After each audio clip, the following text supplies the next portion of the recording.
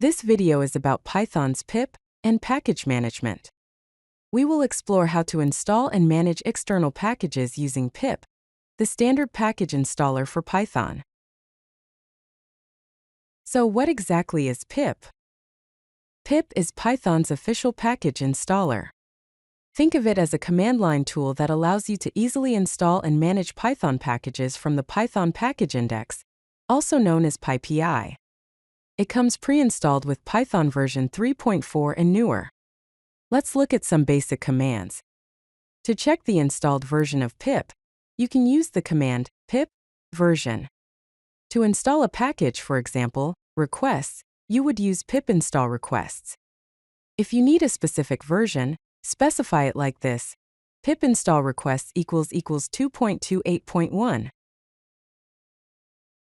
Let's delve deeper into installing packages using pip. For a basic installation, to install the latest version of a package like NumPy, you simply type pip install NumPy. If you require a specific version, you can specify it like so: pip install NumPy equals 1.23.5. By default, pip installs packages from the Python package index, which is PyPI. Now, for more advanced installation techniques, you can install packages from a requirements.txt file using the command pip install requirements.txt. Alternatively, you can install directly from a GitHub repository using pip install git plus https://github.com/user/repo.git. This allows you to install packages from various sources, including version control systems. Now let's look at managing packages with pip. First, listing installed packages. To see all the packages that are currently installed in your Python environment, you can use the command pip list. This will give you an output similar to this, showing the package names and their corresponding versions. For example, NumPy version 1.23.5, Pandas version 1.5.3, and requests version 2.28.1. Next, updating packages. To update a specific package, such as NumPy, you can use the command pip install upgrade NumPy. To update pip itself, you can use the command pip install upgrade pip. Now let's cover how to uninstall packages and gather package information. To remove a package, you can use the command pip uninstall NumPy. To remove multiple packages at once, list them like this: pip uninstall NumPy pandas. To remove a package without requiring confirmation, you can use the Y flag, like this: pip uninstall Y requests. To show detailed information about a package, use the command pip show NumPy. To search for packages on PyPI, you can use pip search followed by your search term, for example, pip search data science. To check for outdated packages in your environment, use the command pip list outdated. Let's explore what requirement files are. Requirement files are simple text files that list the package dependencies for your Python projects. They help standardize development environments and ensure reproducible installations across different machines. These files are essential for collaborative projects, as they make sure everyone is using the same package versions. Here's an example of a requirements.txt file. It includes the core data science packages like NumPy with a version greater than or equal to 1.20.0, Pandas with version exactly 1.5.3, and Matplotlib with version greater than or equal to 3.5.0.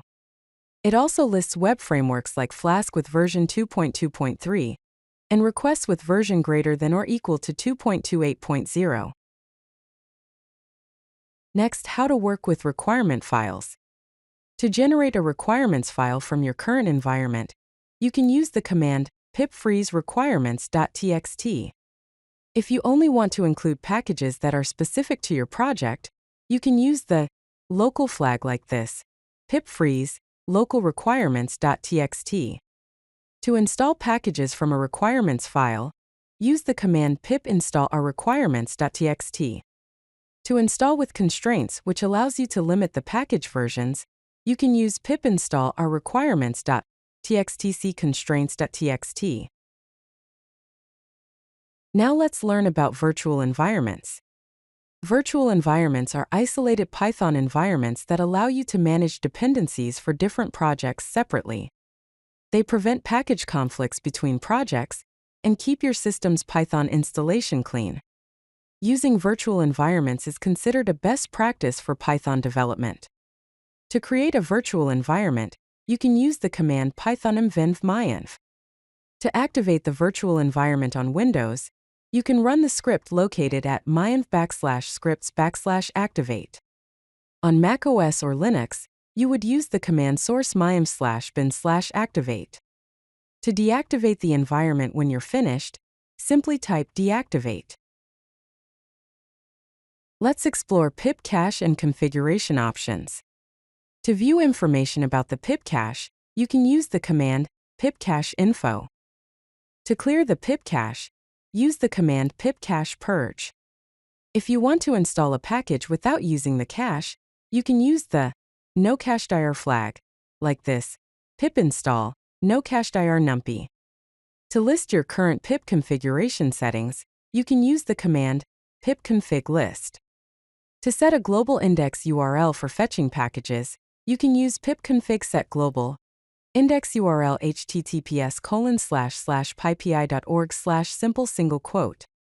Finally, to set a timeout for pip commands, you can use pip config set global.timeout 100. Let's summarize the best practices for using pip.